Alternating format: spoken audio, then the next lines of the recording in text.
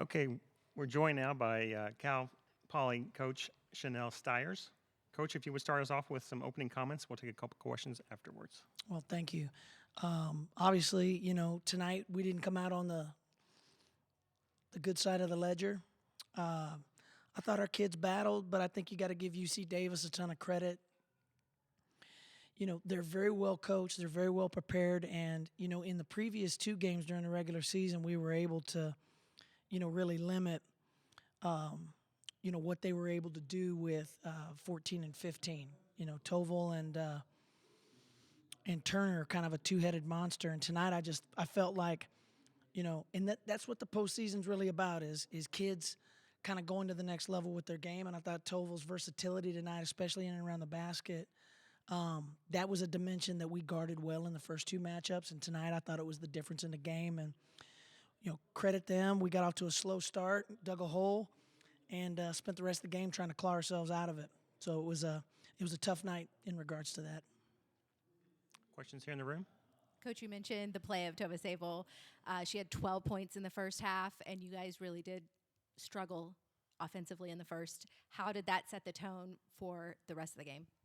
Well, we're the type of team that if we let whatever we've worked on all week in terms of scouting report reads, if we slip on that, we don't have the offensive firepower in a lot of situations to come back. Now, we've been fortunate in some games where we've been able to come back.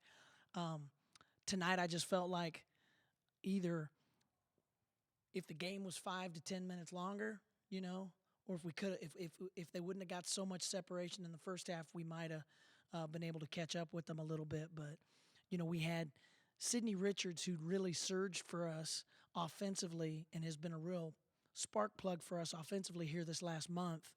When she gets in foul trouble like she did tonight, and we're not able to really move her around and kind of probe the defense, she's really the player that we rely on to do that.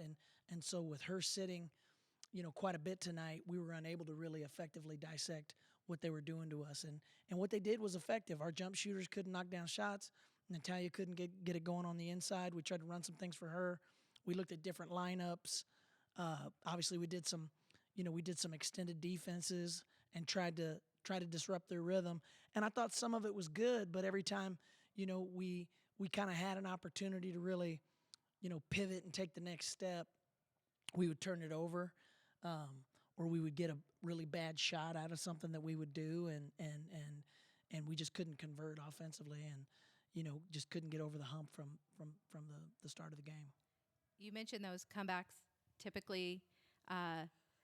They actually go your way more often than not. They do. And you did get it to a two-possession game late. Yeah. What was that mindset and the tactical mindset of all those timeouts to get your team going? Yeah, that's the intriguing thing about the timeout advance rule in the women's game is it really has changed the way that you have to, one, utilize your timeouts, and then two, you have to be effective at trying to be a shot creator as a coach when you're in those situations. And I thought we did a good job of executing. I thought we got some good looks.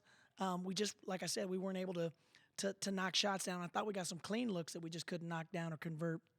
And again, I think if we wouldn't have dug the hole in the beginning, I think it's a different game. But again, you got to credit Davis. I thought they were well prepared and they were ready to go tonight. And we let 14 really get going in the first half, and I think that was the difference in the game.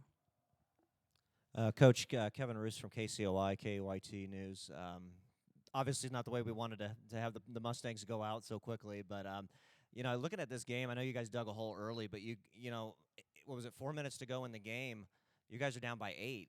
2 minutes to go in the game, you're down by 6. It wasn't like you were being blown out by 30 points, even though it probably felt like it. But just talk about the resiliency of this team. Just keeps clawing back, and even with 40 seconds to go, you were still in it. Well, I appreciate you saying that because we got a lot of kids in the locker room that are really sad right now because they wanted to keep playing. And all year long, they have been through adversity. They have been through a lot of highs and lows and some difficulties. And that is the one thing that is the hallmark of this team is they're extremely resilient. And I would go to war with these kids any day.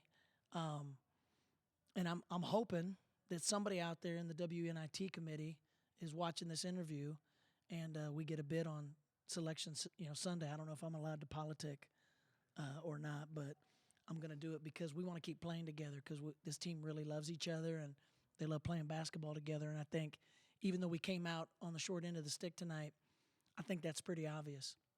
And then my last question, this year as a whole, obviously today is not what we wanted, but the year as a whole was great. The Mustangs come in here, seeded fourth, which was the highest since 2018. A lot of positives to take away from the tournament, coming into the tournament, and the whole season as a whole. How do you see this team shaping up now for next year as you continue to build the program?